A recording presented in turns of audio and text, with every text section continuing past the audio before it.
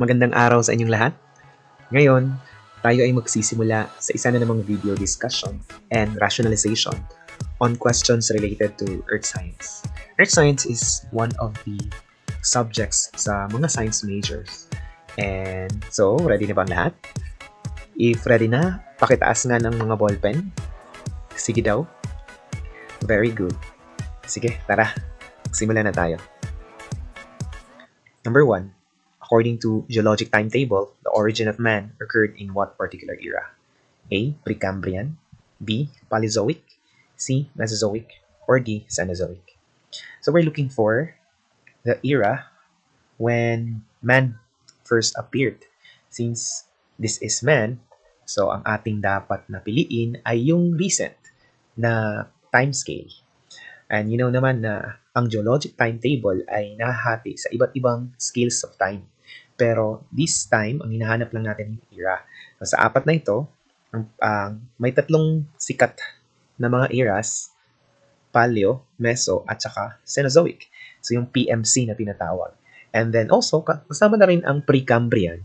Pero yung Precambrian kasi ay before pa nagkaroon ng mga multicellular organisms dito sa mundo.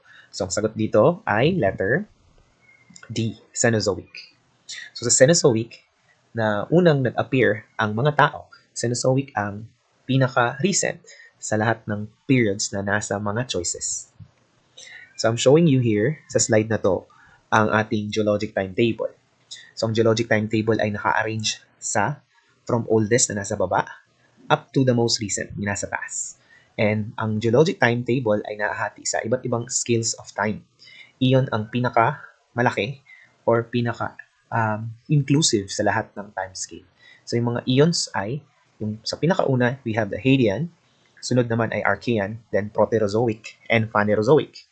Eons are further divided into eras. So yung pinakasikat na era ay ang Paleozoic, Mesozoic, at saka Cenozoic, or yung PMC. And then yung eras naman ay nahahati sa mga periods. And yung pinakasikat na mga periods ay yung Precambrian mismo, pati na yung mga periods kung saan nagsimulang nag-appear ang isang particular na groups of animals or plants on Earth. So, iilan lang sa mga periods ay Cambrian, Ordovician, Silurian, Devonian, Carboniferous, Permian, Triassic, Jurassic, Cretaceous. Tatlong pinakasikat na period din na may kinalaman sa mga dinosaurs. And then yung recent ones ay Tertiary and Quaternary. So, yung Cenozoic na tanong or sagot sa ating tanong natin ay kung kailan nag-evolve ang mga tao. So, yung era na yan ay naasa 1.6 million years ago ang pagitan ng mga periods within that era. Okay? Number 2. Which of the following characteristics determines if a celestial body is a planet? A. It revolves around the sun. B. It has warm temperature. C. It can maintain life. D. It has water and landforms. So, ang hinahanap natin ay characteristic na magsasabi ng isang bagay na nasa outer space or outer labas ng Earth, celestial body, ay isang planeta. So, ano ba dapat? Siya ay? Yes, correct. Letter A, it revolves around the sun. So, yan ang isa sa mga determining characteristics na magsasabi na isang celestial body or object ay isang planeta. Hindi sapat na may warm temperature lang siya kasi kung ito ay isa sa mga characteristics, then yung mga planets tulad ng Jovian planets at malalaking planets, magsisimula sa Jupiter, papunta sa Neptune, sila naman ay mga walang warm temperature. Malalamig ang mga lugar na yon. So, B is not the answer. And as we know, nandito naman sa solar system, only Earth for now ang sinasabi ng mga scientists that can maintain life.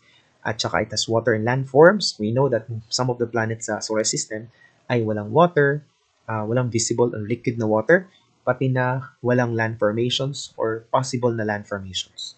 So ano-ano ba yung mga characteristics na magsasabi na isang planeta, na isang celestial body is a planet? Una, according to Astronomical Union noong 2006, kailangan it revolves around the sun, or yung ginamit nila na term, orbiting around the sun. It should orbit around the sun. So meaning, umiikot siya sa sun, no? Revolving. Number 2, It must have sufficient mass for its self-gravity to overcome rigid body forces so that it assumes a hydrostatic equilibrium shape. So more or less, ang tinutukoy sa number 2 ay dapat more or less spherical. It's nearly round or spherical ang isang celestial body. And lastly, dapat it has cleared the neighborhood around its orbit. Ibig sabihin nito, sa kanyang orbit ay walang mga nakaharang o mga malalapit na mga bato o mga lalapit na mga ibang celestial body. Dapat na-clear na niya yun because of its, most of the time, gravity. So ito yung mga criteria set by the International Astronomical Union or IAU na magdedetermine na isang celestial body ay isang planeta. 3. The brightness of a star is measured by its A. Parallax, B. Color index, C. Magnitude, or D. Intensity. So, ang brightness daw ng isang star ay name-measure sa pamamagitan ng magnitude. So, tandaan, kapag magnitude, it's all about brightness ng stars. And even not only stars, for as long as the celestial object na nagre-reflect or nag-i-emit ng kanyang sariling light. Sa letter A, parallax. Mine-measure nito ang distance ng star because of deviation sa angle. We know naman that we are here on Earth and kapag may tinitingnan tayo ng isang celestial body, sometimes with angle yun kasi we are sa surface, no? Nandito tayo sa surface tapos ang isang celestial body ay malayo. Sometimes yung exact position ng isang celestial body ay hindi exactly in line sa ating vision. Sometimes may konting deviation sa angle. That's why tawag dyan ng deviation. And if you want to measure the distance, we call that as parallax. Sa letter B naman is color index. Color index lang ay minimeasure niya ang kulay ng isang star. Ang color index ay related sa magnitude. Letter D, intensity. Intensity is the amount of light na iniimit na isang bagay. Number 4. Before we go to number 4, I'm showing you here yung mga magnitudes ng iba't ibang mga celestial objects. So for example, as you can see here sa ating scale, the more na negative ang value, the more na masyadong bright na isang celestial object. Kung positive naman, faint siya o hindi masyadong bright. We know that the sun is the brightest object sa sky. And for the moon, it's in between negative 15 and negative 10 magnitude. And Venus, since ito yung pinakamalapit na planet from Earth, it's negative 5. So if you talk about brightest star, then it's the Sirius star, or yung dog star, Sirius star. Okay, and so on, so forth na makikita nyo dito sa diagram. 4. Alpha Centauri is considered as the closest star to our solar system, but still about 4.7 light years away from the Earth. If this star emits a beam of light, how long will it take for this light to reach the Earth? A. 4.7 years, B. 47 years, C. 470 years, or D. 4,700 years. So, ang Alpha Centauri, alam naman natin siya ang pinakamalapit na star system from our solar system. And yung light daw ay nagta-travel, ang distance daw ng Alpha Centauri from us is 4.7 light years. We know naman ang light years, ito ay distance or sukat para sa distance ng mga bagay-bagay na nasa space.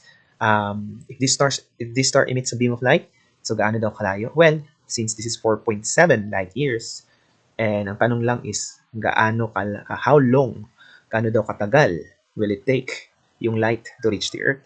So since the word light years, it talks about yung distance na matatravel ng light in 1 year. And that's why the answer should be letter A. Again, ang distance na tina-travel ng light in a year.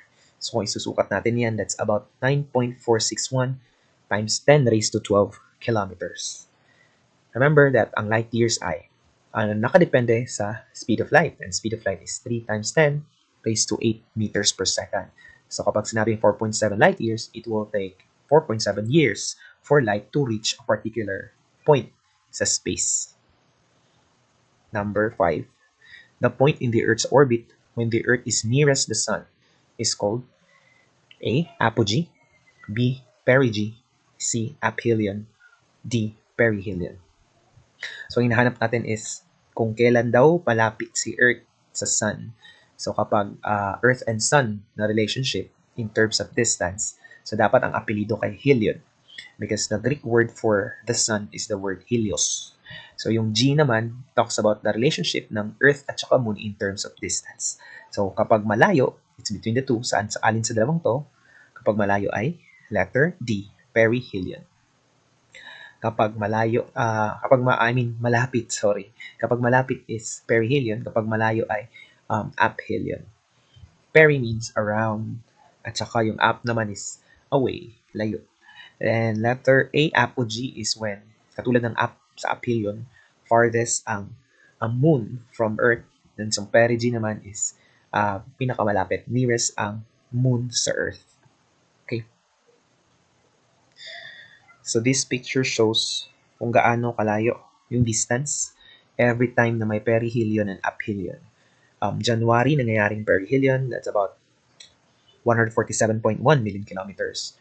Tuwing July naman, ang peak ng aphelion, umaabot ng 152.1 million kilometers. What will happen if the Earth is not tilted? A. Still, there will be seasonal changes. B. The rotation on Earth will be shortened. C. There will be equal length of day and night in all parts of the Earth. Or D. More tropical disturbances will occur. So kapag hindi daw tilted yung Earth, anong mangyayari?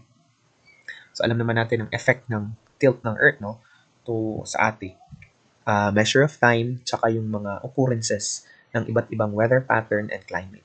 So ang sagot ay letter C. There will be equal length of day and night in all parts of the Earth.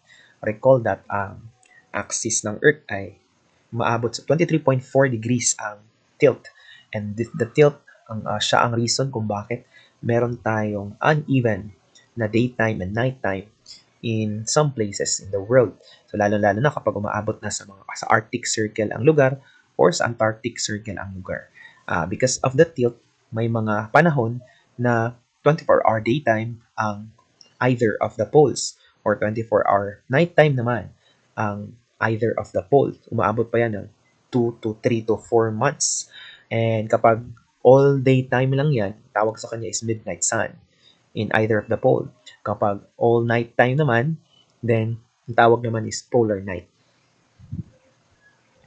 Number 7, if the Arctic Circle experiences 24 hours of darkness, the sun is directly above the A. Tropic of Cancer, B. Tropic of Capricorn, C. Antarctic Circle, or D. Equator.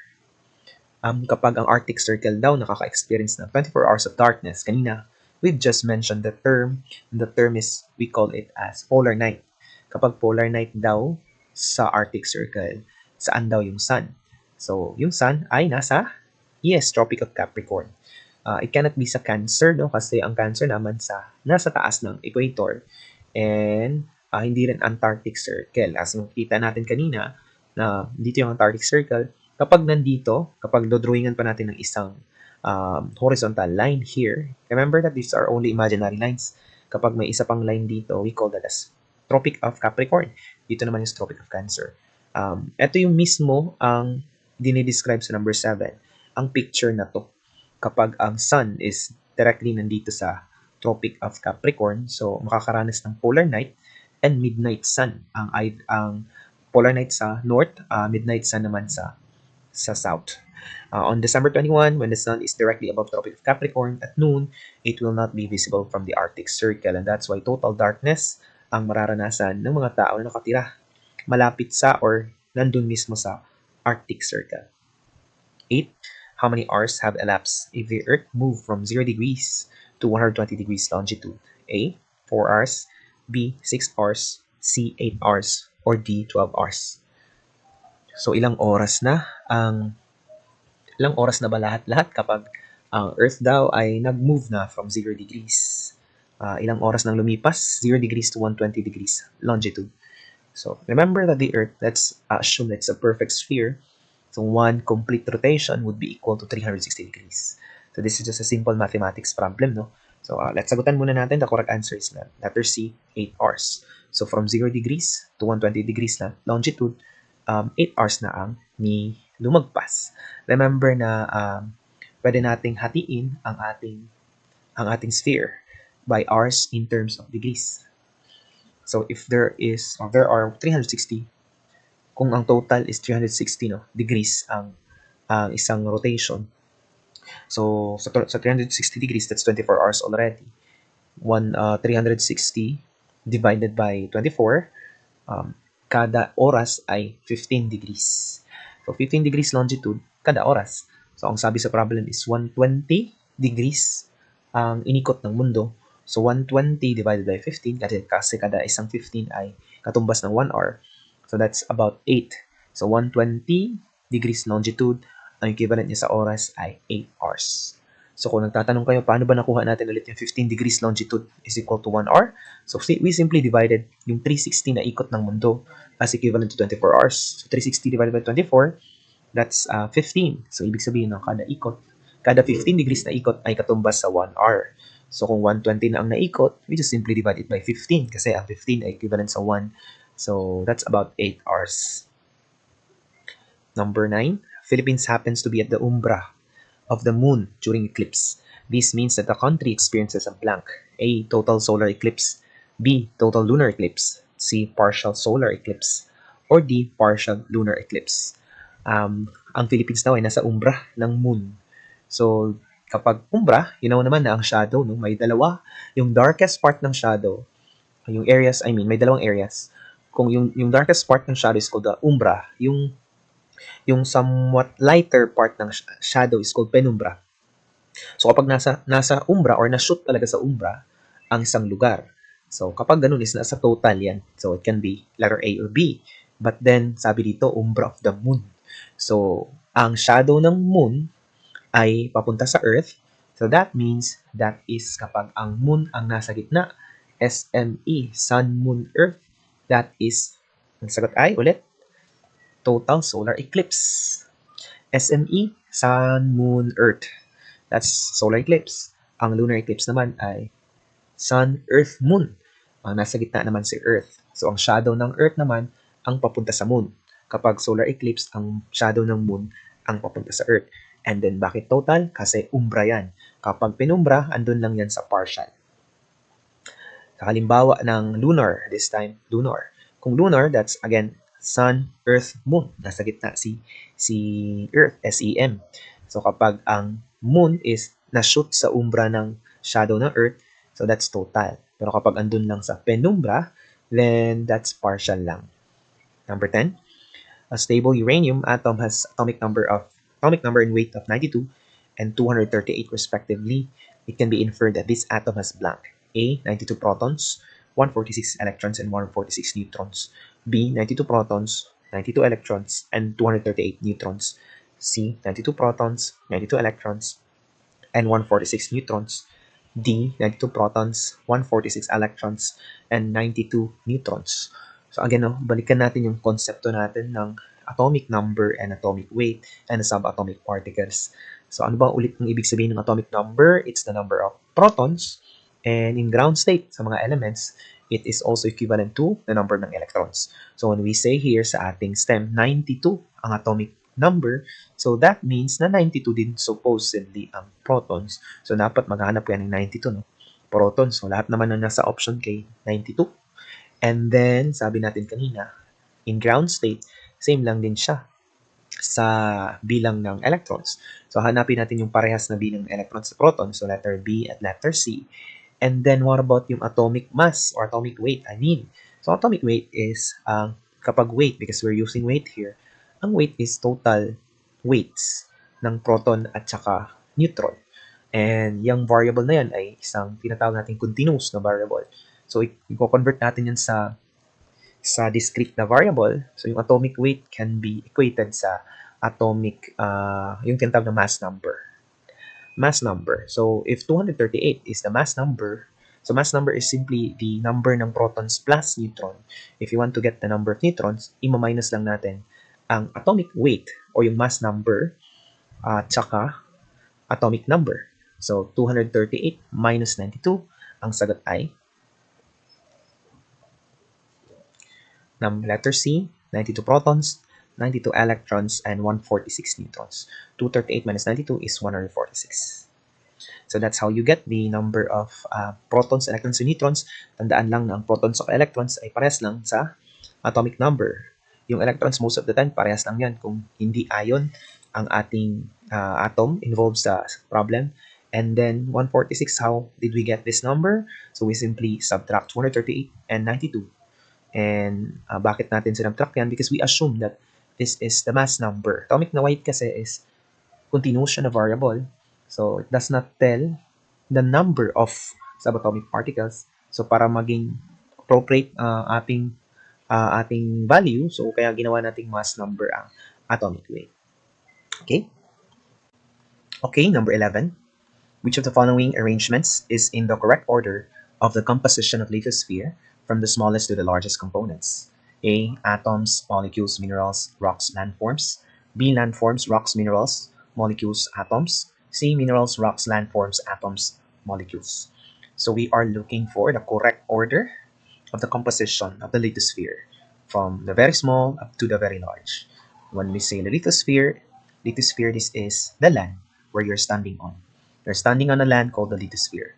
The lithosphere is the uppermost part of the crust. The crust plus the uppermost mantle, that's equal to the word lithosphere. Now, we're looking for the smallest to largest. So right away, uunahin nyo dapat always, no? Kapag sinabing smallest to largest, look for the word element or atom first, and then check the successive or yung mga sunod-sunod na mga words after atoms or elements. And that's why I think wala namang ibang may item dito or choices dito na merong atom as the first choice or first na item. And the answer should be letter A. Yes. So we start from the most basic and tiniest part, and that's the atoms, di ba? Atoms are the basic foundation of the universe, smallest part of every object. Then we go to a more complex and structured substance. For example, molecules. Molecules are chemical combinations of different elements or atoms, forming compounds. And then we have minerals, or the aggregate, or our combination of compounds. For example, silicate, combination of silicon and oxygen.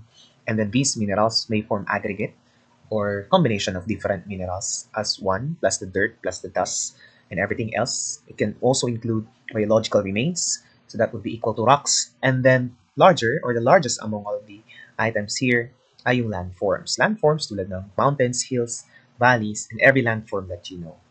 Number 12, arrange from top to bottom, which is the correct arrangement of the layers of the earth. So again, just like in number 11, arrangement na naman tayo. This time, this is from the top up to the bottom. Okay? A, inner core, crust, outer core, mantle. B, inner core, outer core, mantle or crust. C, mantle, crust, outer core, inner core. Or D, crust, mantle, outer core, inner core. The earth is divided into many layers. So from superficial to deep, that would be letter D. Crust at the topmost layer, then followed by mantle, then deeper than the mantle, outer core, and then at the center is the inner core. So this is the model showing you the layers of the earth, but this is not your typical layers of the earth consisting of 4 layers. So we have subdivided the crust, for example. We have the oceanic crust. This is the part of the crust where all of the oceans of our world, on this planet, for example, on a planet, or in the case of Earth, sa ating planeta, where that holds or carries all of the water in our ocean. And then we have continental crust. This is the part of the crust where we are standing on, part of the crust that forms the continent. And then the lithosphere. Lithosphere includes oceanic and continental crust, plus the uppermost part of the mantle. And next to the lithosphere, just beneath, next to the lithosphere is asthenosphere, where most of the molten materials ejected by our volcanoes are coming from. And then we have the upper mantle, and then the lower mantle. As you know, the mantle is the thickest layer of the earth. And then we have the outer core, a fluid outer core, and a solid inner core. Okay, so again, we have the crust, the mantle, outer and inner core. If you want to specify the subdivisions of each of the layer, then you can refer to this picture. Oceanic, continental, then lithosphere, asthenosphere, upper mantle, lower, outer, and inner core. Number 13, which of the following is not a mineral? A, gold, B, quartz, C, pearl, or D, calcite. Now we're looking for a substance that is not a mineral. It's very important to know what a mineral is. We always use the term, but a few of us really know the definition of a mineral. Let's answer this first, and let's talk about what a mineral is.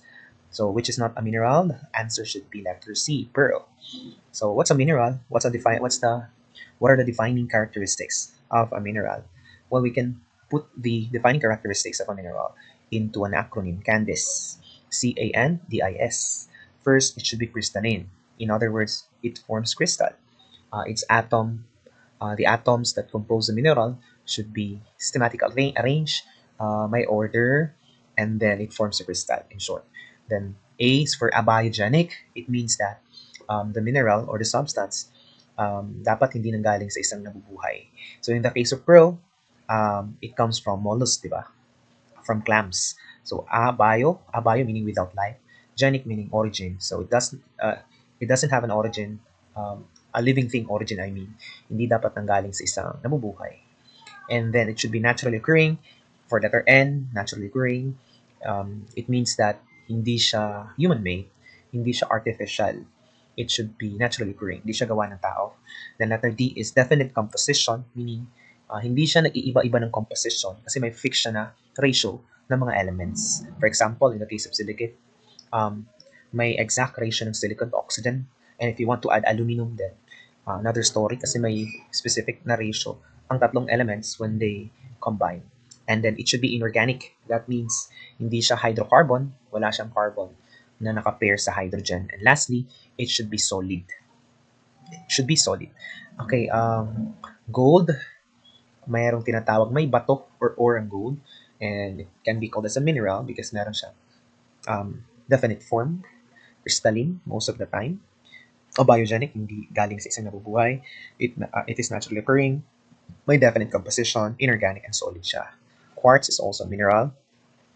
Quartz is silicate, so it's meron siyang crystal form, hindi siya nanggaling sa living thing, and hindi siya man-made, may definite composition, yung mga elements, at saka inorganic siya and solid siya. And calcite or calcium carbonate or rock na made of calcium carbonate, meron siyang crystal form, abiogenic, hindi rin siya nanggaling sa mga nabubuhay, hindi siya product na nabubuhay, naturally occurring, meaning it's not artificial, may definite composition ng mga elements, hindi siya made of carbon, and then it is solid. Okay? Number 14. Which of the following can be used to determine if the 18-carat ring given to you by a friend is genuine or fake? So, anong gagawin daw? To know kung yung 18-carat na ring na binigay ng kaibigan mo ay totoo or peke. A. Determine its density or specific gravity. B. Rub it against a stone. C. Bite it. D. Heat it. So, what would you do kapag binigyan kayo ng isang singsing, 18 karat daw? Para malaman siya genuine or fake, all you have to do is the simplest and easiest is to determine its density or specific gravity. Since in the past civilizations, the determination of purity of a substance has been a thing of fascination and wonder since una pang panahon. No? One classic story that we can think of is about Archimedes and the crown that was given to him and the exclamation, Eureka!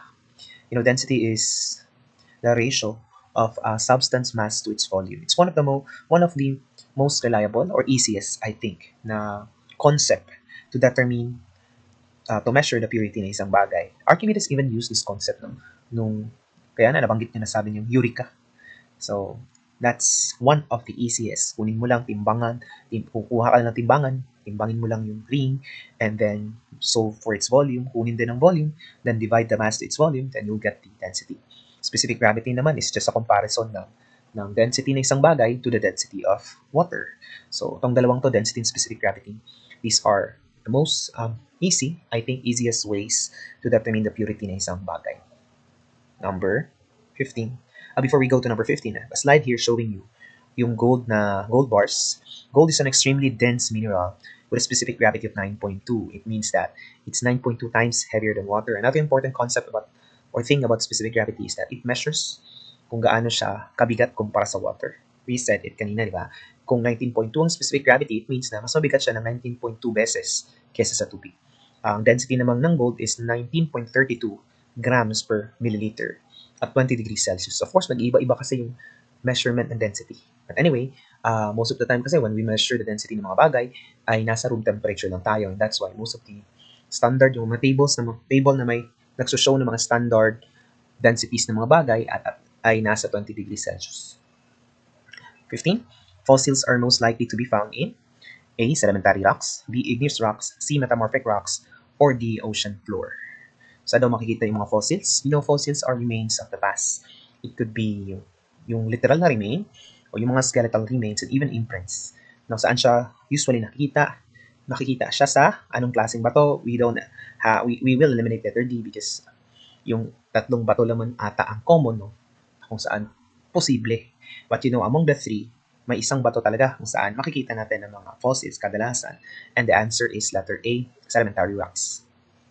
Yung mga sedimentary rock, ito yung mga bato na nabuo through sedimentation and compaction. Ito yung mga bato na mostly nabubuo sa mga bodies of water. So, napaka-importante ng sedimentary rocks para sa fossilization process. Over time, yung mga sediment nagkukumpak sila and they harden into sedimentary rocks. Isa pa dito is sa mga sedimentary rocks, sa pagbubuo ng sedimentary rocks, meron tinatawag na rapid burial. So, kasabay ng pagbuo ng sedimentary rocks ay rapid burial ng mga namatay na mga hayop or mga plants. And then, walang chance for complete decomposition. And that's why, usually natatabunan sila yung mga remains from the elements katulad ng hangin, apoy, o iba pang mga natural na mga phenomena. And that's why nabubuo sila sa sedimentary rocks. Unlike in igneous at metamorphic, naman kapag sinabing igneous, ito yung mga bato na na-form through melting, di ba? Mga bato na kadalasan makikita sa malapit sa mga bulkan. So, most likely, walang fossils dyan. Kasi pwede masunog ang mga fossils, walang matitira. Same is true, metamorphic rock. Kasi yung mga bato na metamorphic, nabubuo sila through metamorphosis. Yung parang sa mga insekto. I mean, nag-change ang form, structure, and chemical composition ng bato because of extreme heat and extreme pressure. Imagine kung nandun yung fossil. So, pwedeng masira ang fossil because of yung parang changes sa composition, structure ng bato, and even itsura ng bato throughout time. Ang difference lang between igneous at metamorphic, yung igneous ay nag-undergo ng melting, whereas yung metamorphic naman ay hindi nag-undergo ng melting. Number 16. What is the most abundant element in the Earth's crust? A. Oxygen, B. Nitrogen, C. Silicon, or D. Aluminum. So the most abundant element in Earth's crust the answer is letter A, oxygen. So oxygen, pati na nga sa mga nabubuhay. So katulad sa mga living things, oxygen is also the most abundant element sa mga bodies na nabubuhay, even in the cell. So here is a pie graph showing you the distribution or yung percentage ng mga elements in the Earth's crust. Blue one here is oxygen, 47%, ang dami. And then we have silicon, the second most abundant. And then we have aluminum, the third most abundant. Kaya nga, sometimes, yung combination na ng tatlo ay tinatawag natin aluminosilicate. Sila ang pinakamarami na klaseng mga elements na nakikita sa ating Earth's crust. Number 17, what is the main reason why farmers add commercial fertilizers to the soil? So bakit naglalagay daw ng fertilizer ang mga magsasaka o mga farmers sa lupa? A, enhance the growth of the roots of the plants. B, add mineral content. C, speed up the decay of bacteria. D, activate the growth of earthworms. So I think the main reason naman talaga is bakit naglalagay sila ng fertilizer ay para madagdagan ng mineral ang lupa. So mostly naman naglalagay tayo kasi that's to improve the growth ng plants. But sa letter A, though merong enhancing the growth, but we are only specifying the roots here. Hindi naman target ng roots lang talaga ang paglalagay ng fertilizer because fertilizer, holistic yan, di ba? Ang target is holistic growth ng plants. Hindi lang yung root, kasama na yung mga stem, plants, leaf, flowers, and even the fruits. So in general, to add mineral sa lupa. Hindi to speed up the decay of bacteria because this is the decomposition process.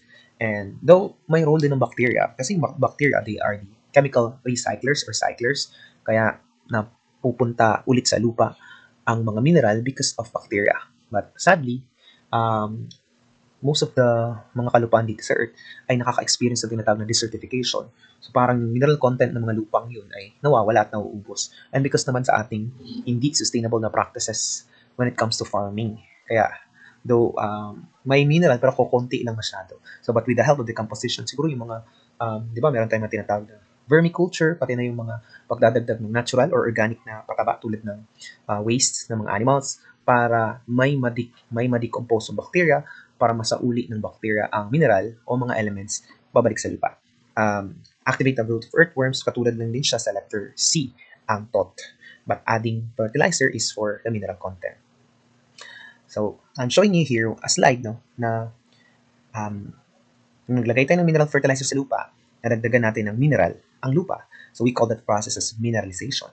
So, halimbawa, it could be through mineral, no? I mean, man-made na fertilizer, or it could be organic or natural.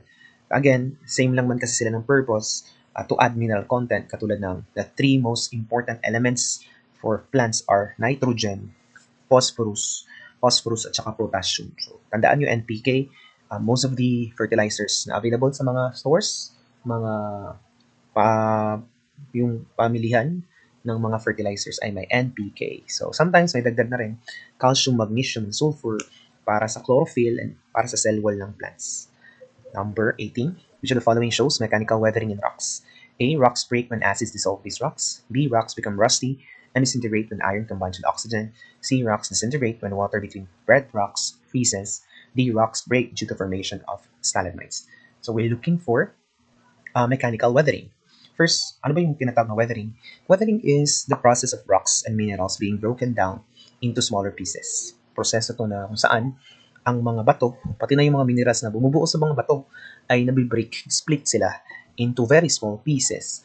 So when rocks are broken down by physical forces, halimbawa, ang tawag sa process na yun ay mechanical weathering.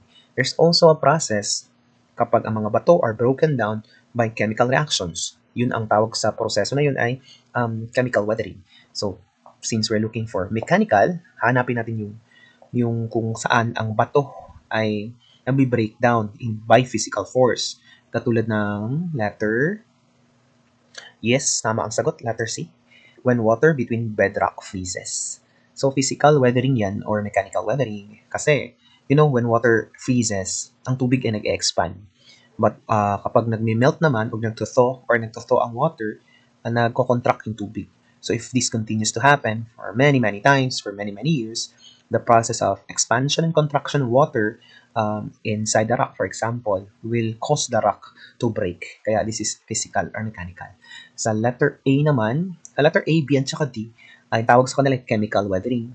Again, when rocks are broken down by chemical reactions, yun ang chemical weathering. Katulad ng kapag ang tubig, when water dissolves minerals and rocks, katulad na lang sa yung it's not only water, but every kind of substance. When merong chemical reactions na nangyari sa bato, then that's chemical weathering, just like in letter A. Acid dissolving the rock is an example of chemical weathering. Letter B, rocks become rusty. Rust is a result of oxidation of iron. And when iron combines with oxygen, that's chemical reaction already. And letter D, rocks break due to formation of stalagmites. In a cave, di ba, merong mga nakahanging na mga bato or minerals, at saka may nasa lupa din ng mga bato as a result of a continuous drip ng minerals from yung nakahang na bato. So yung nakahang, ang tawag sa kanila is stalagmite. Stalactite. At saka nasa bawah stalagmite. In order to know kung which between the two is the stalactite and stalagmite, just remember ng stalactite ay may letter C, which means ceiling, nasa taas. Parang mnemonics lang or para mas madaling ma-remember. Stalactite yung may C, nasa ceiling. At saka nasa baba, nasa ground, yung stalagmite. May G yung stalagmite. It stands for the first letter sa word na ground. So, when rocks break due to formation of stalagmites, so that is chemical reaction. Because, formation of stalactite and stalagmite requires chemical reaction. Okay, let's go to number 19.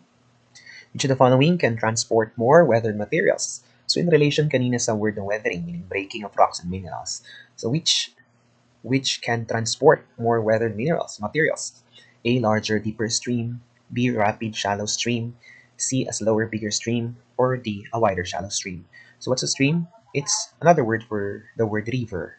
So stream. So alin daw dito sa mga characteristics ng mga rivers or streams ang mas may maraming madala na weathered materials o yung mga broken rocks and minerals? Of course, dapat mabilis, di ba? Rapid. So that's why letter B. So, dapat rapid yan. Why rapid? Dapat mabilis, hindi slower. The reason na bakit rapid ang pinakaunang characteristic ng river na pwedeng maraming madala na weathered material ay yung mga rapid flowing water, sila ay may mas mataas na energy. kumpara sa slow-moving water. Kaya marami silang pwedeng madala na weathered materials. Another thing is why shallow and not deeper. A shallow stream or yung mababaw na stream has less water to support than a deep stream. So mas kukunti lang ang tubig na sinusuportahan ng shallow stream. So this means that the water is not as deep and so there is less resistance to the movement of particles. Kasi kung mas malalim, mas maraming tubig, mas mataas ang resistance. So as a result, the particles are more likely to be lifted up and carried by the water. Kasi kung mas malalim, mataas ang tsansa na yung weathered material ay mapapasa ilalim lang din. Mapupunta sa the deepest part ng isang river. So, hindi siya pwedeng madala, matransport from one place to another kasi nga pwede siya na malunod lang mag-sink sa pinaka malalim na portion ng river. Kaya dapat mabilis, rapid flowing yung water kasi mataas ang energy at saka shallow lang din dapat ang stream para madaling matransport yung mga materials. Okay? So, that's the reason kung bakit yan ang sagot.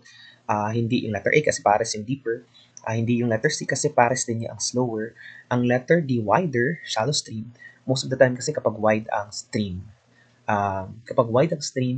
maraming spaces sa middle, di ba? So this sometimes sa middle kasi kay merong tinatawag na flow na hindi viscous or parang slow lang nasa gitna and then kadalasan yung material ay hihinto lang sa gitna at hindi madadala forward.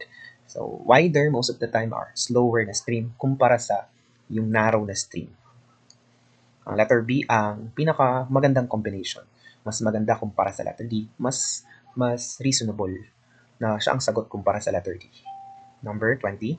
Meteorology is a very important branch of earth science, without which we can't be informed of the forthcoming A. Earthquake, B. Typhoon, C. Meteor shower, or D.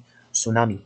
So, meteorology, alam naman natin, pag-aaral patungkol sa ating atmosphere. Study ng atmosphere, everything else happening in the atmosphere, or anything that is happening sa atmosphere natin. For example, formation ng clouds, weather of the day, climate, typhoon, wind velocities, air pressure, lahat-lahat lang yan patungkol sa Earth's atmosphere or the air part ng ating mundo ay nasa meteorology. So if you want to study earthquake, that is nasa seismology na branch. Meteor shower, well, sometimes madi-discuss din sa meteorology kasi kapag papasok ng meteor sa atmosphere, pwede na siyang ma-include as objects na naasa sa atmosphere. But most of the time, pinag-aaralan to sa astronomy. Then tsunami ay pag-aaralan usually sa tinatawag nating oceanography or hydrology. Number 21. Pag-asa classifies the country's weather disturbances as tropical depression, storm, typhoon, and super typhoon. What's the basis of classifying these disturbances? So meron tayong tatlong letters here. And then sa mga options, may mga combination or may isa lang. A, amount of rainfall. B, strength of the accompanying winds. C, origin of the formation of the disturbance. So, sa letter A only. Sa B, B din only. Sa C, combination ng A and B. Sa D, combination ng tatlo. Lahat sila. So, paano bang kinaklasify ng pag-asa ang weather disturbances natin into tropical depression, storm, typhoon, super typhoon? Siya ay nakadepende sa letter B lang. Strength of the accompanying winds. Hindi siya nakadepende sa kung gaano karami ang ulan na dinadala or kung saan nagsimula ang disturbance. Walang pag-asa, nakafocus lang sa tinatawag na strength ng hangin. Gaano ba kalakas? Tinatawag din natin yan as intensity. We call that as intensity. Gaano ba kalakas ang hangin? So it could be in kilometers per hour or in knots or nautical miles per hour. So here, yung na-mention natin kanina, kapag 61 kilometers per hour or less than that is just a tropical depression. So kapag malakas-lakas na ng konti, that's tropical storm or TS. And then kapag mas malakas pa sa 88, that's severe tropical storm or STS. Kapag aabot na ng up to 220, typhoon. In the past, wala pa kasing super typhoon. Kaya nung nagkaroon na ng super typhoon tulad ng Haiyan or Yolanda, in-upgrade na natin or in-update na natin ang classification natin for tropical cyclones or weather disturbance. And we added super typhoon category. Ito yung isang weather disturbance na may intensity or lakas ng hangin na lagpas sa 220. Number 22, what do you call the prevailing wind, locally known as amihan, that occurs sometime between December to February? A, northeast monsoon, B, southwest monsoon, C, easterly winds, or D, trade winds. So kapag makarinig kayo ng amihan, in English, that is northeast monsoon or yung hangin na nanggagaling sa hilaga, tapos silangan na bahagi. So, ito namang southwest monsoon, ito yung tinatawag nating habagat o yung hangin na nanggagaling sa timog at nanggagaling sa kanluran. At yung dalawa, easterly winds or trade winds. Actually, easterly winds is an example ng trade wind. So, I'm showing you here a map kung saan may nagpapakita. It's showing you the three prevailing winds dito sa Pilipinas. One is amihan or northeast monsoon kasi ang hangin nanggaling sa northeast. Saan ba yung northeast sa mapa? Northeast nanggaling sa taas, then right ng konti. Ang hangin na to is nanggagaling sa Siberia. And then yung isa is habagat or southwest kasi galing sa south and sa kanluran na bahagi or west. Ang hangin na to is nanggagaling sa Indian Ocean. And then yung tinatawag na hangin silangan or easterly wind is an example ng trade wind na nanggagaling sa silangan sa east. Ang hangin na to ay nabuo sa over or sa Pacific Ocean. Okay, number 23. The Philippines lies in the region where many volcanoes are active and fault lines are well pronounced and identified. So this region is known as blank. A, ring of fire, B, wheel of fire, C, volcanic ring, or D, archipelagic fault line. So we know na kamakailan lang ang daming lindol sa Mindanao, di ba? And then that is because of the movement ng plates natin. And it's just normal. It's a normal occurrence here sa Pilipinas. Maraming bulkan at palagian ang lindol because we are in the Ring of Fire or Pacific Ring of Fire. So yung Pacific Ring of Fire ay actually boundary ng Pacific Plate. Boundary ng Pacific Plate against other plates na nasa mundo. Yun ang gumagalaw yung boundary ng Pacific Plate. For example, dito sa Pilipinas, ang paggalaw ng Pacific Plate against the Philippine Plate. Yan ang usually cause or reason na mga lindol na nanggagaling or yung may epicenter na naasa east part, katulad ng sa Surigao or sa may Oriental o sa may Bicol banda. Yan ang reason. And then Pacific Plate kasi nasa Pacific Ocean. So this icon or symbol sa map, it means a major active volcano.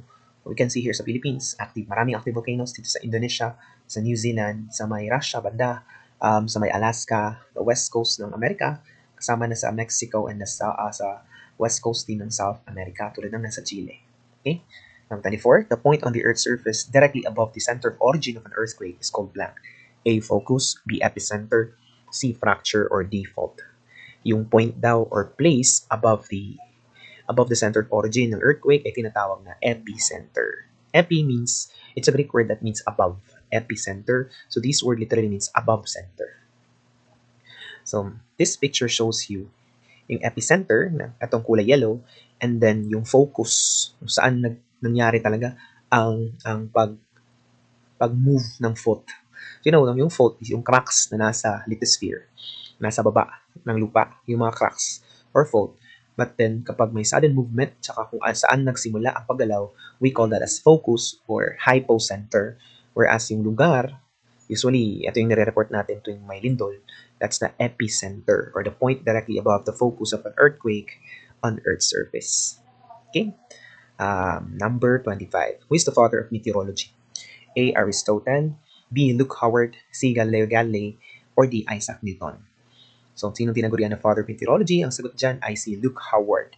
So, Luke Howard, marami siyang contribution. One of his contributions ay yung pagka-classify ng mga clouds. Di ba, now we know na merong, yung usual na classification natin ng clouds ay nakadepende sa altitude or gaano ka taas yung cloud from the ground at saka yung shape ng cloud. We know that there are 3 categories, yung usual na categories. So, meron pang iba, but usually we classify clouds relative to the ground ng kanilang height ay yung low level, middle level, at saka high level clouds. And that is one of the works, or produkto ng works ni Luke Howard on meteorology, kaya siya ang tinaguriang father of meteorology. Sa Aristotle naman, we know that though pwede din siyang tawagan as founder of meteorology, but hindi siya ang father. Founder kasi siyang ang unang nagsulat patungkol sa kung ano ang meteorology. Actually, the word meteorology, siya ang isa siya sa mga nagpauso sa kanyang work o sa kanyang libro. And si Galileo Galilei naman ang tinaguriang father of modern science according to Einstein. Si Galileo Galilei ay ang papel niya sa astronomy ay napaka-important because siya ang unang gumamit ng telescope para observe ng moon, our own moon, at saka moons ng Jupiter, or yung tinatawag din natin Galilean moons in honor of Galileo. Then lastly, si Sir Isaac Newton, isa sa mga pinaka-importanteng scientists sa panahon ng scientific revolution. Kaya yung classical physics na tinatawag as branch of physics ay mostly yung tinatawag natin culmination ng trabaho ni Sir Isaac Newton. Okay, thank you very much. So yun na lahat-lahat ang ating short quiz sa Earth Science. So I want you to remember yung mga terms na binanggit natin and paano natin nirasyo ang bawat item at saka pati na ang kanilang mga choices. So that's all. Salamat sa pakikinig.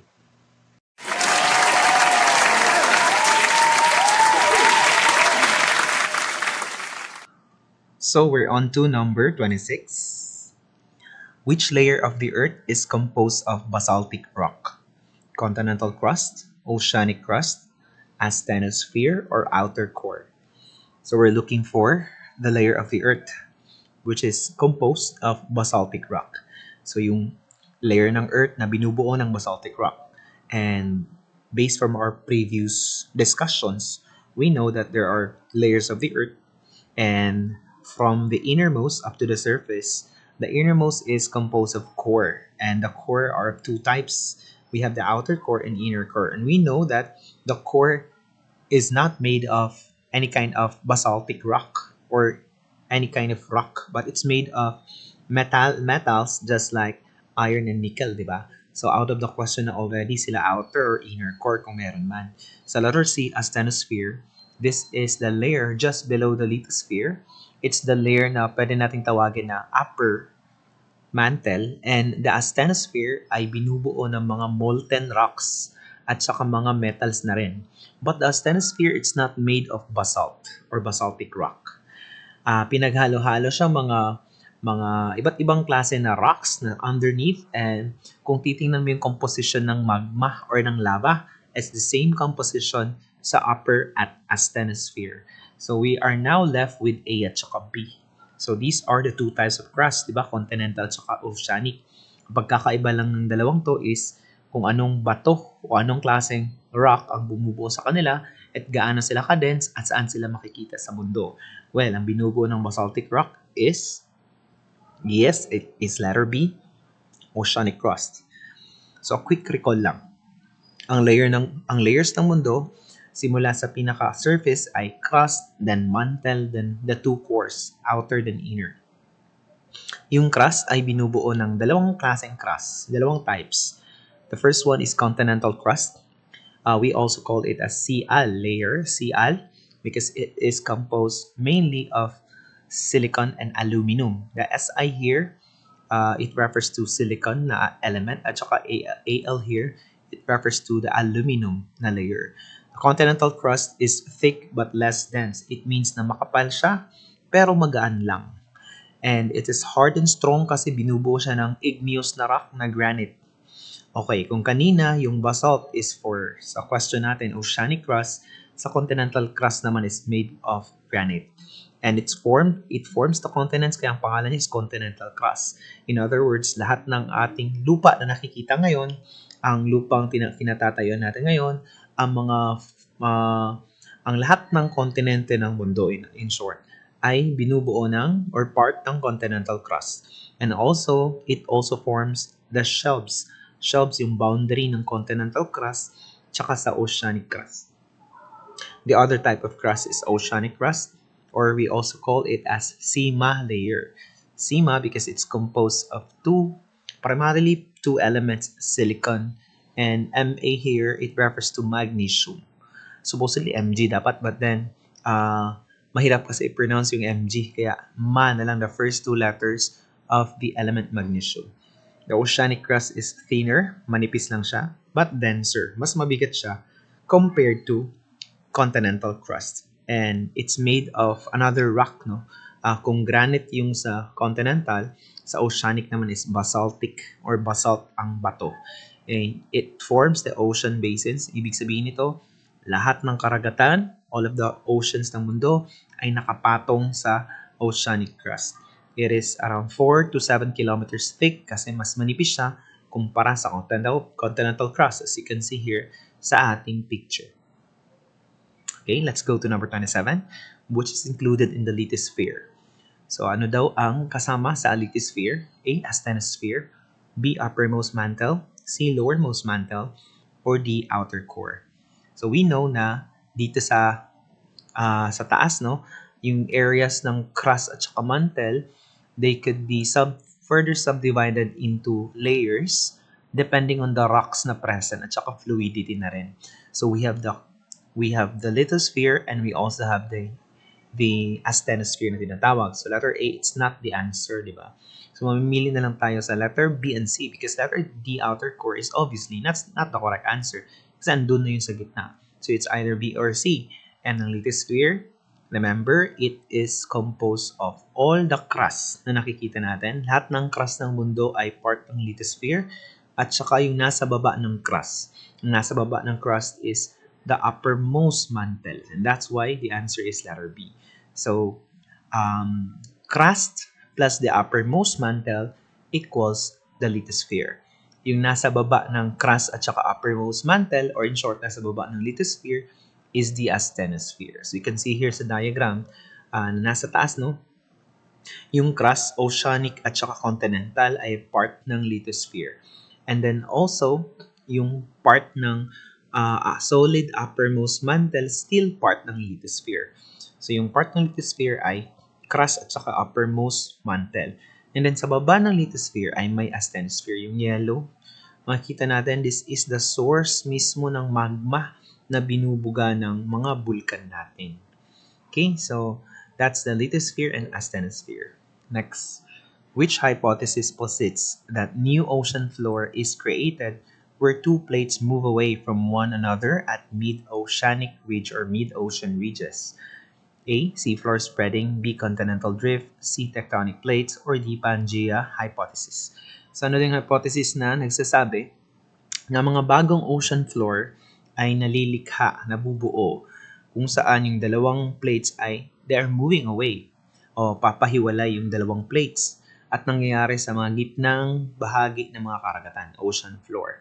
So, gitnang bahagi ng karagatan, because two plates are on the ocean floor, so obviously that is, if you don't know this is what we call as the seafloor spreading.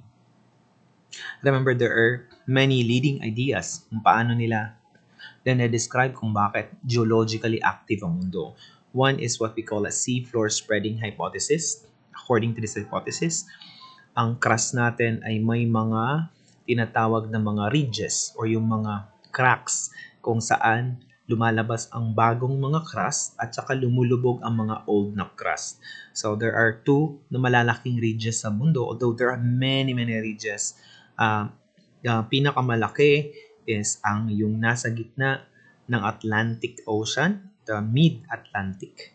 At saka yung banda malapit dito sa Pacific, malapit sa atin, boundaries ng Pacific Plate or yung tinatawag natin na Pacific Ring of Fire. Okay? So you can see here, example, ano nangyayari sa Mid-Oceanic Ridge? So doon sa gitna, may hati. And sa hating yan, dyan yan lalabas ang bagong oceanic crust. Oceanic crust, tinutulak nila yung old oceanic crust papalayo from the ridge axis. So there are active fractures o mga cracks in the lithosphere in the middle of the ocean floor. It's similar in shape to the coastlines. Okay? Which is formed along the area of Pacific Plate boundary. So anong nabubuo? Sa area ng boundary ng Pacific Plate. Is it A, Ring of Fire, B, Mount Everest, C, the Mid-Atlantic Ridge, or D, convection currents?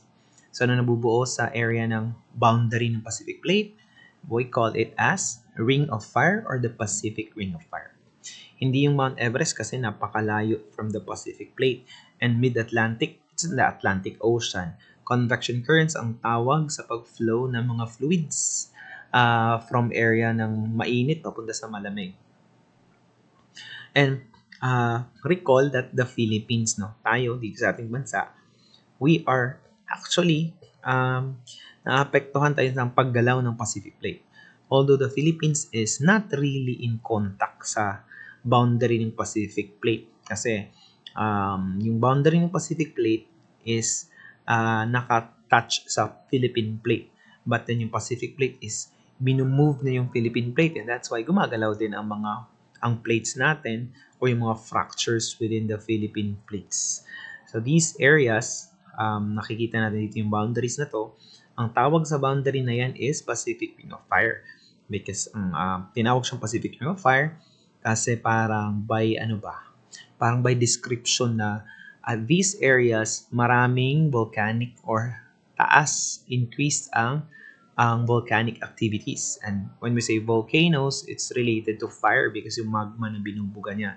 And not only that, because gumagalaw palagi ang mga plates, mataas ang incidence ng earthquakes dito sa mga areas sa Pacific Ring of Fire. 30. What kind of plate boundary is formed by Mid-Atlantic Ridge? So nakita niyo ng Mid-Atlantic Ridge kanina, di ba? Kung saan maghihiwalay ang dalawang plates, di ba? What kind of boundary is that? A. Convergent, B. Divergent, C. Transform, or D. Pacific. Meron tatlong klaseng boundaries and hindi included yung Pacific. Convergent, divergent, tsaka transform. What do you think? Correct answer is? Yes, it is letter B, divergent. The word divergence meaning paghiwalay. Yung divergent boundaries, nabubuo siya kung saan ang dalawang plates are moving away from each other. Kaya magkakaroon ng crack or fracture, hati sa gitna or sa region or sa place kung saan doon naghihiwalay ang dalawang plates. Halimbawa nito ang Mid-Atlantic Ridge. Mid-Atlantic Ridge actually is a kind of divergent boundary. So, yung lupa, naghiwalay sila. Isa papunta dito sa east, ang isa naman papunta sa west. Another example of boundary, another example is convergent. Kung divergent is paghiwalay, ang convergent naman is coming together or collision ng dalawang boundaries or dalawang plates. So, sa area of contact or sa point of collision ng dalawang plates, may dalawang pwedeng mangyari. One is, yung isang plate ay pwedeng mapapas sa ilalim ng another plate, or maybe yung dalawang plates mismo is mag-uumpugan at saka they will increase in height. Tulad ng papel na pag binangga mo yung dalawang papel, makikita nyo na parang mayroong increase in height sa gitna. Halimbawa, sa diagram na to, we are seeing na yung isang plate dito sa left ay pumasa ilalim, nasa baba ng isang plate din na nasa right. Nagbangga na silang dalawa. The area kung saan, ang tawag kung saan bumababa ang isang plate under the other is called subduction zone. Ang Pacific Ring of Fire is the best example ng convergent boundaries. Sa mga boundaries na to, especially here sa malapit sa Pilipinas, kung saan nagbabanggaan ang Pacific Plate at saka Philippine Plate, merong nangyayaring subduction zone. Kaya ang nangyayari, nagkakaroon ng mga malalalim na portions ng karagatan. And nandito sa atin, malapit sa atin, ang deepest part of the ocean, Mariana Trench. Ito yung isang pwedeng mangyari kapag yung dalawang boundaries o dalawang plates ay magbanggaan, pwedeng walang magpapasa ilalim sa kanila. Ang mangyari lang is magkakaroon ng increase in height sa boundary. So kapag ganito ang mangyayari, expect na may mga land formations katulad ng mountains or mountain ranges. Example nito yung Mount Everest. The Mount Everest ay siya ang cause kung bakit, o reason bakit may Mount Everest is nagbanggaan. Nagkaroon ng convergent boundaries in short. Nagbanggaan ang subcontinent ng India, ang plate ng subcontinent ng India, pati ng plate ng Asia. So nagbangga si India at saka si Asia. So ang nangyari sa gitna ni India at saka si Asia ay mga mountain ranges. Si Mount Everest isa lang sa napakaraming hundreds na mountain peaks here. So, at this area, ang area na to ay tinatawag na Himalayan mountain ranges or mountain range. Dito makikita ang mga napakataas na mga peaks sa mundo. Makikita natin dito yung the tallest peak at saka yung second tallest peak is halos magkapit-bahay lang ang Mount Everest. And the last kind of boundary or plate boundary ay ang transform boundary. Kung divergence ay naghiwalay, convergence ay nagbabanggaan. Sa transform naman, ang dalawang plates ay they are just passing each other, no? Parang they are just they're sliding past each other. Isa is papunta doon, let's say sa left or papunta doon sa forward, tapos ang isa is pa-backward. So nagkakaroon ng sa Bisaya pa nagkikiskisan, kiskisay diri sa tunga. And we can see na merong fault line kung saan the point of contact ng dalawang boundaries or plates kung saan nangyayari ang transform boundary. Halimbawa nito is ang San Andreas Fault. San Andreas Fault, yung napakalaking hiwa between California at saka yung country ng Mexico. Makikita natin ang napakalaking fault dyan, and that's a result of transform boundaries, dalawang plates going into contact with each other. Ang isa is papunta doon sa forward, ang isa naman is backward. 31. What type of igneous rock is formed when magma hardens underground? So what we call the type of igneous rocks na nabubuo kapag ang magma daw titigas sa baba ng ground. Intrusive, extrusive, volcanic, o basalt. So, correct answer is, yes, it is letter A, intrusive. If you don't know how to answer this question, just parang context clue na lang. The word underground is our clue here. Underground, it happens inside the earth, di ba? Sa baba ng lupa. So, inside, meaning intrusive. Kung above the ground, that's extrusive. But yung intrusive and extrusive ay may iba-iba ding mga pangalan. Ang mga igneous rocks, ang pangalan nila, ang mga types nila, nakadepende kung saan sila naging bato. So, before maging igneous rock, magma muna sila. Kapag ang magma nag-solidify at naging bato siya underground, we call it intrusive or plutonic rocks. Katulad na lang halimbawa ng granite at saka rhyolite. Ang granite at saka rhyolite ay mga halimbawa ng intrusive or plutonic rocks. Ito silang mga magma na tumigas sa baba ng lupa. Kapag ang igneous rock naman ay na-form above the ground, we call it extrusive or volcanic rocks. So, this is when lava cools and solidifies on land or sea floor. We call it volcanic kasi binubuga talaga literally sila ng vulkan. So, for example, ang gabbro at saka basalt are mga halimbawa ng extrusive or volcanic rocks. 32. Magma that is rich in magnesium and iron is called felsic, mafic, silica, or feldspar. So if you don't know how to answer this question, ang clues natin dito is magnesium and iron. So parang by context cluing lang, malalaman mo na magnesium nagsisimula sa letter Ma. Kasi mahirap ba basahin ng Mg, Ma. Tapos ang iron, the symbol for iron is Fe. So hahanapin mo yung clue for Ma or Fe. So yung malapit sa MaFe ay yung MaFi na nasa mafic. And that's why ang sagot natin for this is mafic, letter B. Okay, ano ba yung mga iba't ibang mga na-mention sa options natin? Well, ang mga tumutukoy ito sa mga types ng magma. Yung mafic at saka felsic ay mga halimbawa ng mga magma. Ang mga magma ay liquid sila, composed of many chemicals, mga elements, oxygen, silicon, aluminum, iron, magnesium, potassium, sodium, and calcium that tend to bond and form oxide compounds such as silica.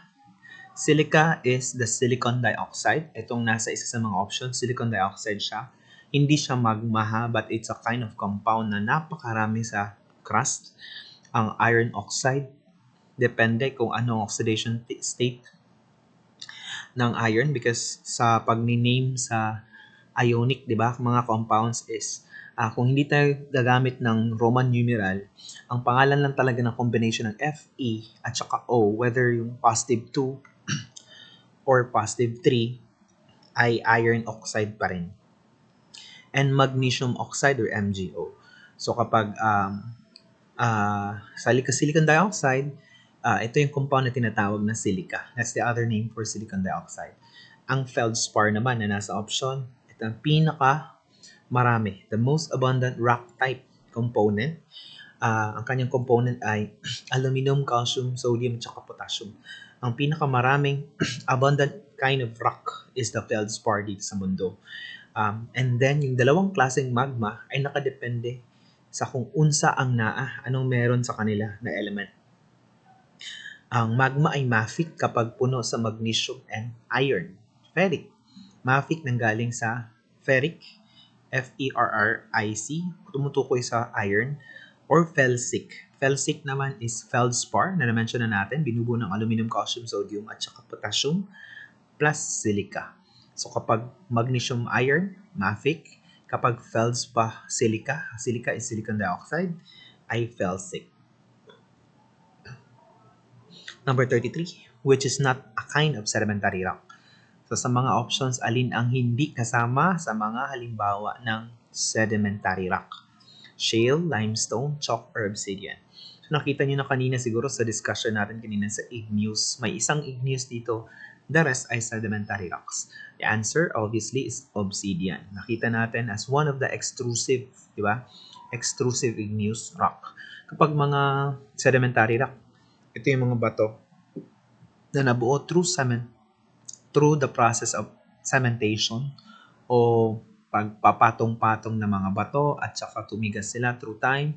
Ang karakteristik ng sedimentary rock ay makikita sila sa mga bodies of water. Shale, limestone, and chalk. Common thing about them is that they're made from calcium carbonate.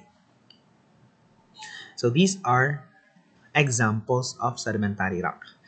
We have glacial conglomerate, shale, yung limestone mismo na binubuo ng mga shells ng mga mollusk. Ang limestone na walang mga mollusk, ang banded iron, dolomite, if you can still recall yung Manila Bay natin, yung white sand ay gawa sa dolomite, calcium carbonate pa rin yun. Anthracite, sa sedimentary rock na tinatawag din natin na coal. Anthracite is coal, chalk, at saka sandstone. Yung literal na chalk ay also gawa sa calcium carbonate na chalk ang tawag din. Ito naman ay mga igneous rocks. Mga igneous rocks nanggaling sa mga bulkan. So example ay kimberlite, granite, gabbro, lherzolite na may basalt sa gitna. Basalt sa labas, basalt crust. Yung basalt mismo, obsidian, shiny siya, na ito yung igneous rock na napaka-shiny, pegmatite, pumice, at saka dacite. Ito na slide is all about metamorphic rocks. Halimbawa ay slate, schist, gneiss, sphalerite or rock, jadeite. Of course, ang pinakilala sa lahat ang marble, ang deformed conglomerate at eclogite, at saka garnet amphibolite. Okay, number 34, which is not a correct pairing. So basically, makikita natin sa options ang pairing between the type of rock and an example of the type of rock. Sedimentary sandstone, igneous basalt, metamorphic marble, or sedimentary obsidian. So I've shown you the slide already, yung mga 3 slides natin showing the examples ng sedimentary, igneous, and metamorphic. So the correct answer is sedimentary obsidian. Because obsidian again is ito yung shiny, pinaka-shiny sa lahat ng mga igneous. Okay, number 35. Marble comes from which rock? So yung marble, alam natin na metamorphic yun, di ba? Pero the word metamorphic, ito yung mga bato na nag-exist as sedimentary or igneous first, but then through pressure and time and temperature, they have transformed into a metamorphic rock. So ang tawag sa transformation is metamorphism. So yung marble ay may pinanggalingan na igneous or sedimentary.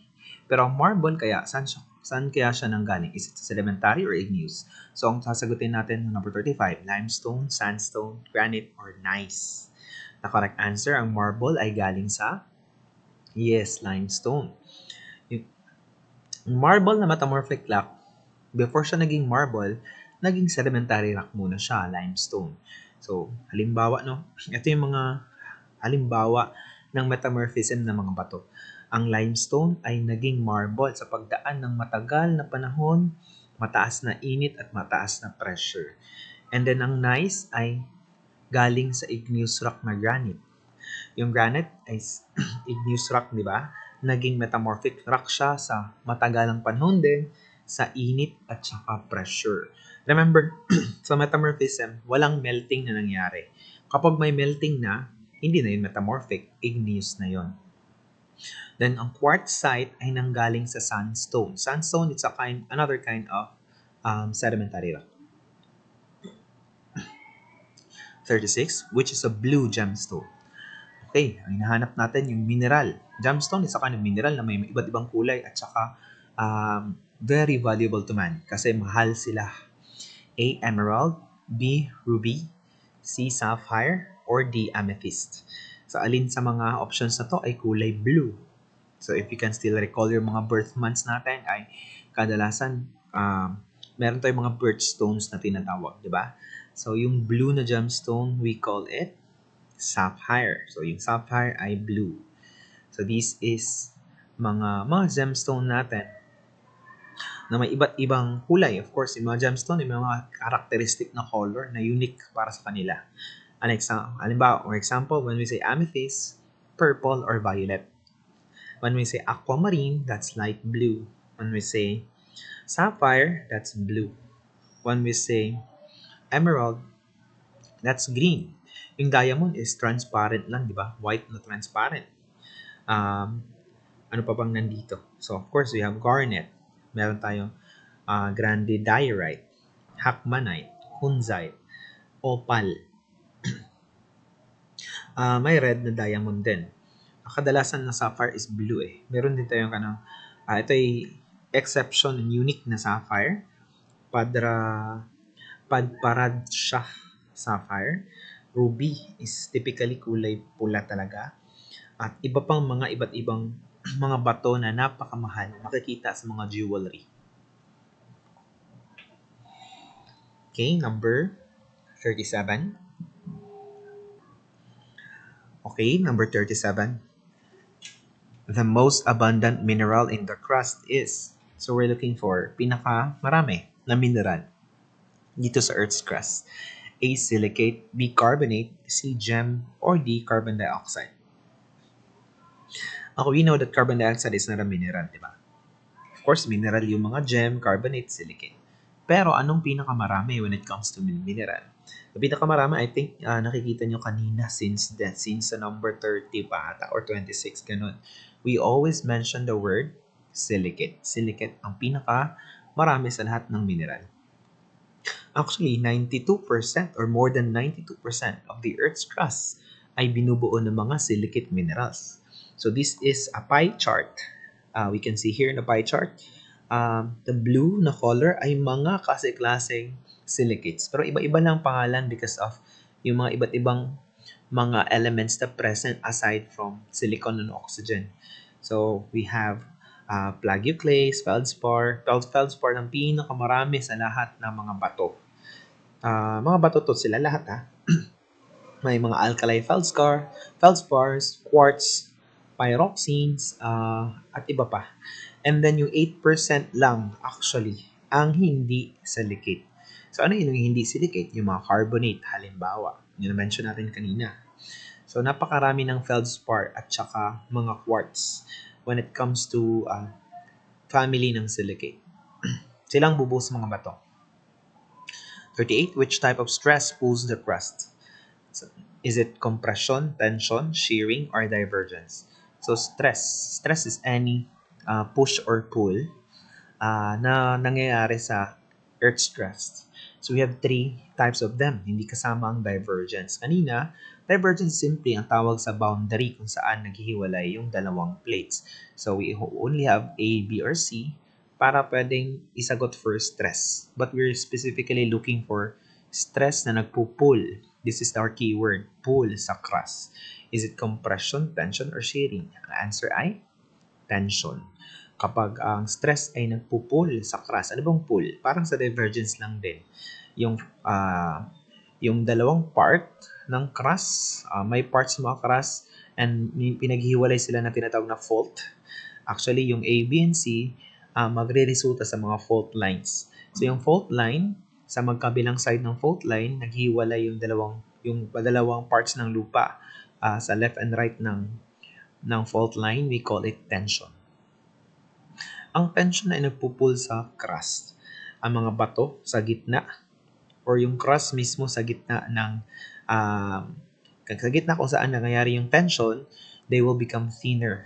So, nakikita natin dito sa diagram, before stress, pantay lang ang thickness.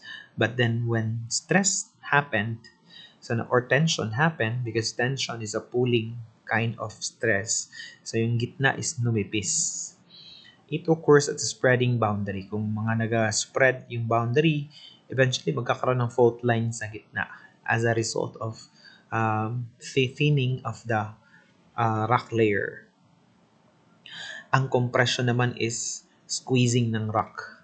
Kung meron tayong pulling ng rock sa tension, sa compression naman is squeezing. Ito yung parang convergence, di ba? Yung kanina parang divergence yun when it comes to boundary. So when it comes to boundary, ito yung parang convergence, equivalent ng convergence. So rock becomes thicker in the middle kasi nagbabanggaan. Rock, they are pushing together. So they come together in a particular part ng rock layer, kaya kumakapal ang rock layer. It occurs at a colliding boundary. The last one, yung shearing. Yung shearing, katapat niya sa mga boundaries ay transform.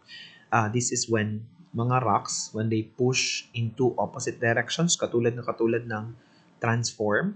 So, ang isa is, let's say, forward, ang isa backward. So, nangyayari is, pwede magkakaroon ng mga masses of rock to slip or pass one another. They occur at a sliding boundary. Okay, 39. Which type of fault results from tension? So, kanina, nabanggit na natin yung tension. It's a kind of pulling, di ba? Pulling na stress sa crust. A, normal fault. B, reverse fault. C, strike-slip fault. Or D, transform boundary. Okay, sabi ko kanina na ang tension, compression at saka yung last na kind, yung shearing, sila ay nagre-result sa tinatawag na fault. So, ano kayang klaseng fault ang magre-result from tension? Obviously, hindi kasama ang letter B because this is a kind of boundary. Is it normal, reverse, or strike-slip? Obviously, since tatlo to, nagko-correspond din sila sa bawat isang klaseng stress. So, merong para sa tension, may para sa compression and shearing. So, anong para sa tension? We call it normal fault. So, kapag ang fault is nag-result from tension, that's normal fault. Ang mga normal faults, there are 3 types of faults. Normal faults ay nagre-result because of tension. Ang nangyayari dito, yung hanging wall will move down relative to the footwall. Yung footwall is ito yung parte. If merong dalawang parte ang lupa because of the fault, ang footwall is ito yung naaapakan ng tao. Ang hanging wall, ito yung pwedeng mahahang ang tao. Meaning pwede siyang maglagay ng rope sa taas and then kaya niyang akyatin yun. Ito yung kapag ang mangyayari dito sa normal fault, ang mga younger rocks, mga bata na rocks, usually nasa taas yan ng rock layer, are displaced above older rocks. So, yung movement is along spreading boundaries because this is due to tension. Halimbawa, you can see here, this is the foot wall, FW, ito yung hanging wall. Kapag ang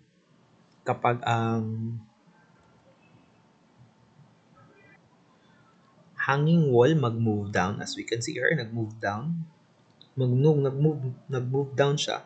Supposedly, this is our indication kung bakit nasabi natin nag-move down yung isa. Because ito yung line, tingnan nyo yung line na to. Supposedly, straight siya dito sa taas. Originally, straight yan tuloy-tuloy dito. But, ni baba ang hanging wall. So, kapag ang hanging wall baba, and we called it a normal fault. So, pwede ma-expose ang some parts of the footwall, yung tinatawag na fault scarp. Okay. Yung hati, yung sa gitna, is actually, that's the fault line. Yung hati between footwall and hanging wall. So, these are the three types of faults. Balikan lang natin yung three types of faults. Tsaka anong pwedeng mag-result sa na klase na pangyayari, no, sa hanging at saka footwall because of them. Kapag sinabing reverse fault, ito ay because of compression. Remember compression? Ito yung dalawang parts ng lupa na nag-uumpugan, they're colliding. Ang mangyayari is yung hanging wall naman ang mag-move up relative to the footwall. Kanina kapag ang hanging wall ay bababa, that's normal. Normal fault ang tawag. Kapag hanging wall ang mutaas, that's reverse fault. So that's how we differentiate lang the reverse and normal. Normal is ang hanging wall baba. Sa reverse, ang hanging wall mutaas. Ang mga old na rocks are displaced above younger rocks. So, ito yung halimbawa picture natin kung saan nagkakaroon ng reverse fault. Yung hanging wall naman ang tumataas, then footwall naman ang nagka-stay put lang. So, kapag ang hanging wall nagataas, as you can see here, matrace man natin yung linya, di ba? Ito yung line, and then ito yung footwall. Ito yung continuity kasi na yung line. Tapos taas ang hanging wall kumpara sa footwall, and we call it reverse fault. Ang strike-slip faults naman ay magre-result because of shearing. Remember shearing? Yung when dalawang part ng lupa ay they're going in the opposite direction. So, ang displacement will occur laterally, meaning laterally side to side, parallel to the strike of the fault rather than up or down. As kumpara kanina sa reverse and normal, it's either up or down lang man to o mangyayari sa hanging wall, di ba? This time, walang hanging or tsaka hanging wall or tsaka footwall na mangyayari na walang displacement, in short, na papataas. Pero ang displacement is left and right or lateral. Halimbawa, it could go like this sa taas na papunta sa left. So, nagstay lang yung nasa taas, sa baba is nahiwi siya, in short. And then, pwede rin yung nasa taas pupunta sa right. So, right lateral or left lateral. Left lateral simply papunta sa left, and right lateral papunta sa right. Okay, 40. Which type of body wave? Kulang ng off, no? Which type of body wave moves through all states of matter? So, anong type ng body wave? What's a body wave? Body wave is a kind of seismic wave. So, hinahanap natin yung type ng body wave, which is a seismic wave, na pwedeng makalusot through all states of matter. A, P wave, B, S wave, C, L wave, or D, R wave. So, anong halimbawa ng body wave na makalusot sa lahat ng states of matter? States of matter, solid, liquid, gas? Ang answer is, yes, it is letter A, P wave. So, ang A at saka B, ito lang yung mga halimbawa ng body waves. Ang L at saka R naman ay mga surface waves. So, yung body waves, sila yung mapuproduce ng paggalaw ng faults. Sila ay tinatawag na body waves because ang paggalaw is nasa baba ng lupa. So, P waves also means primary waves. Sila ang pinakamabilis sa lahat ng seismic waves. At sila ang una na di-detect ng mga seismographs or mga instrument na nagre-record ng paggalaw ng lupa or earthquake. What is unique sa P waves is that they can move through solids, liquid, and gases or all states of matter. Sila ay tinatawag din compressional waves. We can see here, ang compression is merong stretch, then compress. Stretch and compress. As you can see dito sa ating animation, no? O parang nag-stretch lang. Stretch at saka stretch, then compress, then stretch and compress. On the other hand, yung S waves naman, S waves or S meaning secondary. Secondary waves are, tinawag silang secondary because they're slower than the primary waves. The unique about them is that meron silang S-shape na paggalaw. S-shape is merong pababa, pataas. Pababa, pataas. So, meron silang, they move at right angle, kaya meron silang highest at saka lowest point. And ang S waves, unlike kanina sa P waves that can move through all media or states of matter. Ang S-wave, makakagalaw lang sila through solids only. So, ang pinakamataas na point ng S-wave is the crest. Ang pinakababa naman is the trough. Well, yung isa naman, yung mga surface waves sa C at saka D. Ang mga surface waves is kapag yung body waves kanina, kapag aabot na sila, or andyan na sila, or andun na sila sa surface, meaning surface yung lupa mismo na inaapakan natin literally. When P and S waves reach the surface, ang pangalan na nila ngayon ay surface waves. Sila ay hindi sila mabilis. Kumpara sa mga body waves, iya sila, they're slow moving. Pero kahit na slow moving sila, sila ang pinaka-damaging na waves sa lindol. May dalawang klase, depende sa paggalaw. L waves or love waves. Ang L wave is side to side, left and right movement ng lupa. Kapag parang sumasayaw ka tuwing may lindol, left and right, that is L wave. Ang R wave naman is Rayleigh waves. Ito ay mga paggalaw ng lupa na parang naga-roll ang lupa. Rolling down, up and down din, rolling motion. When you maka-feel ka o linog, halimbawa na parang tumatakas sa taas, ako sa baba, parang nagataas baba ang lupa. Most of the time, R waves yan sila. Okay, to summarize, ang mga body waves, mga seismic waves na nasa baba ng lupa. Kapag compressional lang, that's P wave, pinakamabilis sa lahat, all kinds of matter, pwede niyang daanan. Ang S wave naman is, ang kanyang wave direction is parang sa ahas, no? Swaying left and right, pero nasa baba sa lupa ang seismic waves. And slow siya, moving na wave kumpara sa P wave, sa solid lang pwedeng magdaan.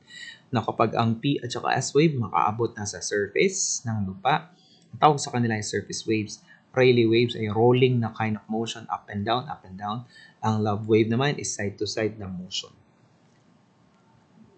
41. The closest galaxy to us is the Sirius, Proxima Centauri, Andromeda, or Polaris. Ang pinakamalapit na galaxy sa atin, sa Earth, or sa our very own galaxy, or sa ating solar system, ay ang isa lang ang galaxy dito. And ang galaxy sa mga choices ang Andromeda. Andromeda is the closest galaxy. Well, ang Sirius, Proxima Centauri, ay Polaris, ay mga stars yan sila. Yung kanina, Proxima Centauri, ang pinakamalapit na star from us. The word Proxima meaning malapit.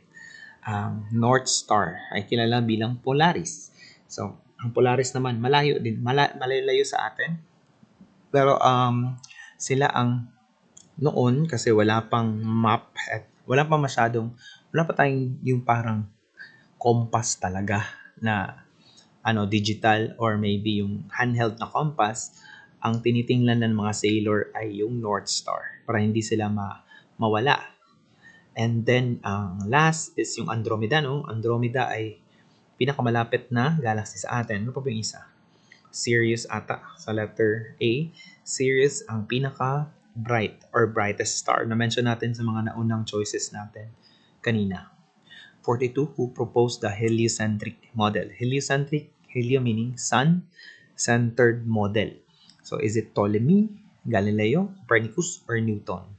So, when we talk about mga models ng solar system, well, we have two of them, the leading ones. Yung nakaraan, geocentric, at saka yung pinapaniwalaan natin ngayon, heliocentric. Kapag when we say heliocentric, that is Copernicus. When we say geocentric, that is Ptolemy. So, if Earth is at the center, that's geocentric of Ptolemy. And if Sun is at the center, that's heliocentric of Copernicus. Number 43, the Sun's sphere of color is called the blank. So, the Sun ay may maraming parts. Anong tawag sa sphere of color ng Sun? Photosphere, sunspot, chromosphere, or corona? If you really don't know the answer to this, context cluing na lang tayo. Color, ang Greek word for color is chroma. So, hanapin mo yung chroma. So, obviously, that's letter C. Kasi ang photo means light. So, sphere, light, sphere of light. Isa naman sphere of color. Okay, the sun, meron tayong sphere of color. The answer natin, kasi para siya ang nagbibigay kulay sa sun. Literally, yung glowing orange ng sun. Yellowish to orange. Ang photosphere is the way, but literally, it means sphere of light, di ba? Kasi dyan nanggagaling yung light ng sun, yung sa surface niya. Then yung sunspots are yung mga dark areas ng photosphere na relatively cooler compared to other parts ng sun. At yung makikita, every time may total solar eclipse ay ang corona. 43. When is the Earth's aphelion? So, kailan mangyayari ang aphelion ng Earth? January, March, July, or December? Aphelion. That will happen in the month of, yes, it is in the month of July. Ngayon na buwan. Because today is July, di ba? We have here January and July. Ito yung mga months na tatandaan ninyo. January kapag napakalayo ng mundo from the sun. We call that, napakamalapit. Napakalapit ng Earth from the sun. That's January. And aphelion is napakalayo. Peri meaning around, just around. Lang sa paligid. Ang aphelion meaning far. Nasa malayo. So yung July, tuwing July, today, ngayon na buwan ay ang distansya ng Earth from the Sun is around 152 million. Whereas every January sa perihelion, that's around 147.1 million. When the daytime is longest, then it is already what? Kung napakahaba daw ng daytime, of course, ang katapat niyan is nighttime. Napakahaba ng daytime as compared to nighttime. Is it autumnal equinox, vernal equinox, winter solstice, or summer solstice? Obviously, we will not answer A at saka B kasi equinox meaning equal. So, equal lang ang lengths ng daytime at saka nighttime. So, they are not included sa answer. Solstice ang possible. So, kapag mahaba ang daytime kaysa sa nighttime, we call it summer solstice. Kapag mahaba naman ang nighttime kaysa sa daytime, that's winter solstice. So, yung kapag equal ang lengths ng day at saka night, equinox. Kung equinox nangyari sa September, that's autumnal equinox. Sa March naman is vernal or spring equinox. Sa December naman mangyayari ang winter solstice. At sa June naman nang mangyayari ang summer solstice. 46. Which planet has a retrograde spin? Retrograde meaning pabaliktad than the usual. A. Mercury, B. Venus, C. Mars, or D. Saturn. Ano palang usual? Ang usual is parang sa Earth. West to east. So, alin dito ang opposite? East to west. Correct answer is, yes, it is Venus. Lahat ng planets sa solar system, they rotate in the same direction. Pa-counterclockwise kung sa North Pole. If nakatayo ka sa North Pole, titingnan mo yung feet mo, makikita mo yung paa mo umiikot counterclockwise or from west to east. Except for two planets, mga retrograde planets sila. Ang Venus generally, siya talaga yung tinatawag na retrograde kasi totally opposite. As you can see here sa picture, kasi ng Venus napakatagal umikot. Ang kanyang rotation is 243 days and 26 minutes. So, that's papunta sa clockwise or east-west. Ang Uranus naman is masyadong tagilid. Ang kanyang tilt ng axis is around 97.8 degrees. 47. The hottest planet in the solar system is blank. Pinakamainit na planeta, is it A. Mercury, B. Venus, C. Mars, or D. Neptune? Pinakamainit na planeta because of the reason is not na masyado siyang malapit sa sun, but it is relatively nearer to the sun as compared to us, di ba? So, ang answer ay Venus. Ang Venus kasi napakainit. Tingnan mo ang kulay ng Venus is brownish yung kulay because of the methane na component at saka sulfuric acid. And yung Venus is yung model ng malalang greenhouse effect. This is our closest planetary neighbor. Tinatawag din siyang Earth's twin or maybe evening star kung sa hapon yung nakita or kapag sa umaga siya nakita ang morning star. And na-mention natin, retrograde siya na planet. Napaka-stinky, mabaho ang kanyang clouds because sulfuric acid, sulfur compounds. It's the hottest planet. Umaabot ng 390 degrees Celsius. It's also the first planet to which we sent spacecraft. 48. The largest among the object in the asteroid belt is. There are many rocks in the asteroid belts. And actually, yung options natin are the 4 largest mga rocks na pwedeng makita sa asteroid belt. Is it A, Vesta, B, Pallas, C, Juno, or D, Ceres? Ang correct answer, ang pinakamalaki ay ang, yes, it is Ceres. Ang Ceres, ang pinakamalaki sa apat. Ang apat na yan makikita sa asteroid belt, ang region ng mga bato in between Mars and Jupiter. The Ceres is pinakamalaki. Next to Ceres ay ang Vesta, and then ang Pallas, and then ang Juno. 49. The tides with the biggest difference between high and low water are. So ang tawag sa, may dalawang klaseng tides dito, no? Tides are effect ng pull ng gravity ng moon, but kasama na rin si sun kung nagkataon. So anong tawag sa pinakamalaking, pinakamataas na high tide o pinakamababang low tide sa mundo? A, spring tides, B, neap tides, C, tidal waves, D, tsunami. Hindi na kasamang tidal waves at tsunami dito, obviously. Tidal waves ay matataas na waves na dala ng hangin kadalasan. Ang tsunami naman matataas na waves because of earthquake na kapag ang epicenter nasa ocean floor or sea floor. So may dalawa lang pagpipilian, spring tides at saka neap tides. So kapag highest high tide, lowest low tide, ang sagot dyan is spring tides. Ang spring tides kilala rin bilang king tide kasi this will happen, di ba we said na ang tide ay effect ng pull ng gravity ng moon.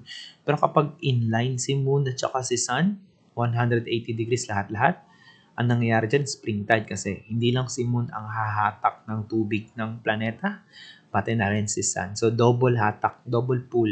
So, spring tide yun. So, areas near the pole will experience the lowest low tide, whereas ang area near the equator will experience the highest high tide.